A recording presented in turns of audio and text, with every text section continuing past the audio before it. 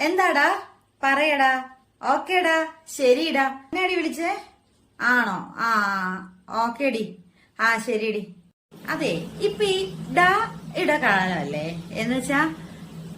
എന്താ നേരത്തെയൊക്കെ എന്താടി പറയടി എന്നൊക്കെ പറയുമ്പോ ഇപ്പൊ എന്താടാ പറയടാ എന്നൊക്കെയല്ലേ ശരിക്കും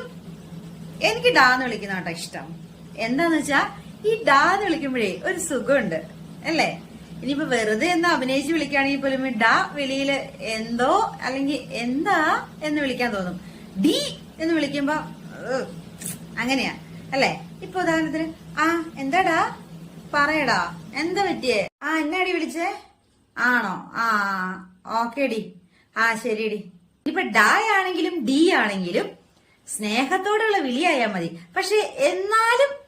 ഒരു ഡായിലൊരു സുഖമില്ല രണ്ടും ശരിയാണ് സ്നേഹം ഉണ്ടായാൽ മതി വിളിയിലാണെങ്കിൽ പോലും പക്ഷെ ഡാവിലൊരു സുഖമുണ്ടല്ലേ